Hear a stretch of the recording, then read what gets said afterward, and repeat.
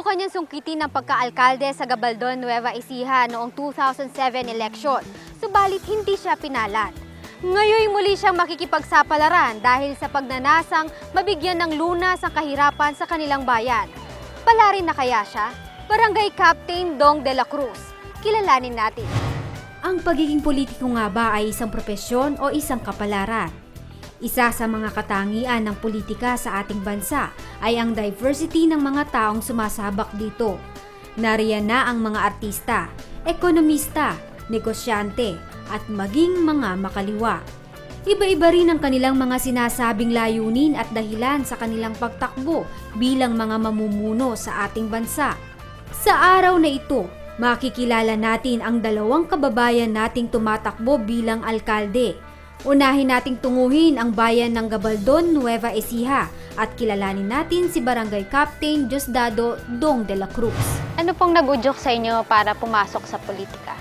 Wala talaga akong balak pumasok sa politika. Subalit noong 2004, nagsimula akong tumulong sa aking mga kababayan dito sa bayan ng Gabaldon. Hindi niyo po na itatanong. Matagal ako naging member ng Rotary Club of Cubao EDSA. Sa kasalukuyang kong pagtulong, nakakaranas ako ng mga tinatawag na hindi ko alam kung yung bahagi ng politika or may mga tao talaga at parang pinipigilan ka sa paggawa ng mabuti. So, naisip ko na kung yung katulad kong individual tumutulong sa ating mga kababayan ay nakakaranas ng discrimination para ikaw ay makatulong, pinipigilan nila tayo para tayo makatulong. Sabi ko siguro mas makatutulong ako kung papasukin ko ang politika. So magmula po noon sinikap ko na pumasok sa politika noong 2007 nga, lumaban ako bilang mayor. Hindi po tayo pinalat at lumaban ako bilang kapitan. Pinalat po tayo. So dito sa Muntikong Barangay, nakapaglingkod ako for 2 years. Naipakita ko naman sa aking mahal na mga kabarangay na kung pwede pala maglingkod ka ng kahit na pinipigilan ka. Kung pagbabatayan ng kanyang kurso at propesyon, wala sa linya niya ang pumasok at makigulo sa politika. Ano pong masasabi ninyong kahigitan po ninyo dun sa dalawang katunggali po ninyo sa pagka-alkalde sa bayan ng Gabaldon? Kung hindi po magiging kalabisan sabihin, sa loob nga po ng 2 taon na aking panunungkulan dito sa aming munting barangay, ay marami akong nagawa na hindi nagagawa ng sino mang politiko dito sa bayan ng Gabaldon.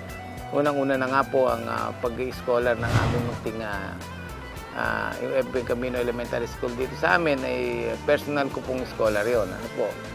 At marami akong proyekto na gawa dito sa aming barangay na hindi nagawa ng mga maraming nanunungkulan dito sa aming bayan. Nagkaroon ako ng mga malalaking 3 medical mission na malalaki. Nagkaroon kami ng feeding drive program sa lahat ng barangay. 16 na barangay ito eh. So pinakain namin lahat yung aming mga munting mga anak dito sa aming bayan. Nakapagpalabas kami ng mga libreng sine sa bawat barangay.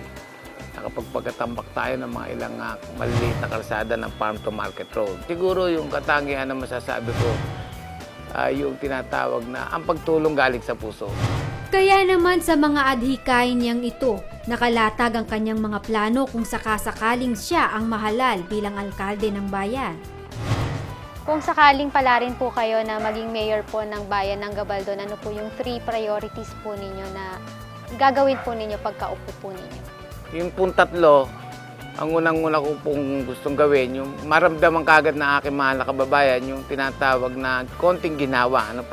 Yun na nga, yung libreng pagpapaaral sa elementarya, sa lahat ng elementarya, sekundarya, at libreng gamit sa eskwela. Yun po yung una. Pangalawa, yung libreng gamot at pagpapagamot sa lahat ng uri ng karamdaman. At yung pangatlo po, dahil 80% ng aming mga kababayan dito sa aming bayan, ang kinabubuhay nila ay agrikultura. Magbibigay po ang aming pamunuan, kung ako'y mauupo, ng tulong pinansyal para sa aming mga kababayan na magsasaka. Para po sila ay lalong mapaunlad natin yung ating pagsasaka dito sa aming bayan. Pero kahit na gaano man kalawak ang naaabot ng kanyang mga serbisyo, hindi mawawala ang mga issue at usaping ipinupunto sa kanya ngayong nanunungkulan pa lamang siyang isang kapitan ng barangay. Sa ganito pong mga panahon, nasahan na natin yung mga salita na ipupukol sa atin ang ating mga kabayo sa politika. Subalit lahat po yan ay hindi totoo.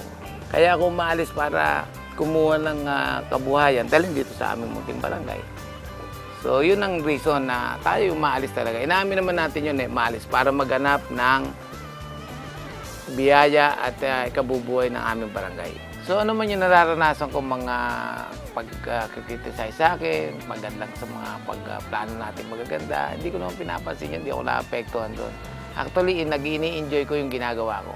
I don't care kung magagalit ang sino man o matutuwa ang sino man. Ginagawa ko isang bagay na mabuti. Hindi dahil sa kailangan ko ng papuri ng sino man. Ginagawa ko yung mabuti dahil masaya ako doon. Sa ating pagbabalik, ang mga adhikain para sa kanyang bayan na nais ipatupad ni Captain De La Cruz kung siya ay pala rin sa darating na halalan, at dumako naman tayo sa lalawigan ng Cavite upang kilalanin si Vice Mayor Regan Gulapa. Gusto kong makilala nila ako na isang taong may mabuting puso, may malinis na hangarin at walang hinangad kung hindi makatulong lang sa kapwa.